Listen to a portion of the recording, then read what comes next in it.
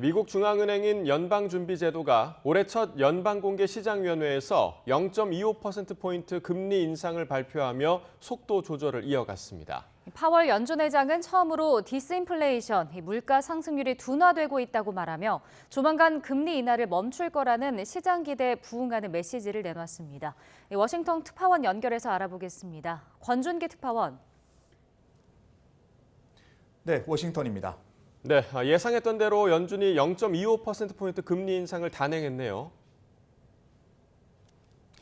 그렇습니다. 연방준비제도의 올해 첫 공개시장위원회 회의여서 관심이 집중됐는데 예상했던 대로 0.25%포인트 베이비 스텝 금리 인상을 발표했습니다. 오늘 인상으로 미국 기준금리는 4.5%에서 4.75%가 됐습니다. 이로써 미국의 기준금리는 지난 2007년 10월 이후 가장 높은 수준을 기록하게 됐습니다. 지난해 연준이 인플레이션을 잡기 위해 워낙 공격적으로 금리 인상을 이어갔기 때문에 오늘은 인상폭을 줄일 거라는 전망이 우세했습니다.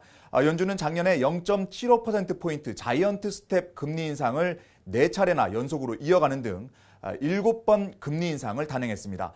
지난해 마지막 연준 회의에서 제롬 파월 의장이 이미 속도 조절을 시사했기 때문에 시장에서는 오늘 0.25%포인트 금리 인상을 거의 기정사실화하고 있었습니다.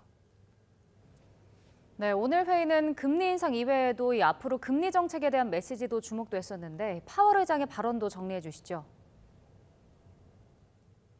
네, 오늘 연준이 금리 인상과 함께 내놓은 성명은 시장 기대보다 강경한 내용이었습니다. 인플레이션이 여전히 높은 수준이기 때문에 당초 목표한 대로 금리를 계속 올려야 한다는 겁니다. 하지만 이어진 파월 의장의 기자회견에서는 다소 희망적인 메시지를 엿볼 수 있었습니다. 이제 한두 번만 더 금리를 올리면 된다며 금리 인상 행진의 끝이 보인다는 점을 시사했습니다. 특히 언론은 파월 의장이 처음으로 디스인플레이션을 언급한 부분을 주목했습니다. 물가 상승률이 둔화되고 있다는 건데 현재 인플레이션이 고점을 지나서 안정세에 접어들고 있다는 평가를 하고 있는 것으로 해석했습니다. 파월 의장의 발언 직접 들어보시죠. But I would also say that disinflationary process that you now see underway is really at an early stage. What you see is really in the goods sector, you see inflation now coming down. 파월 의장은 다만 목표로 한 인플레이션율이 2%라는 점을 재확인하며 물가를 잡기 위해 추가 금리 인상이 필요하다고 밝혔습니다. 다만 지난해 같은 가파른 금리 인상은 없을 거란 점을 분명히 했습니다. 네, 연준의 금리 발표 이후에 뉴욕 증시는 상승세를 보이고 있죠.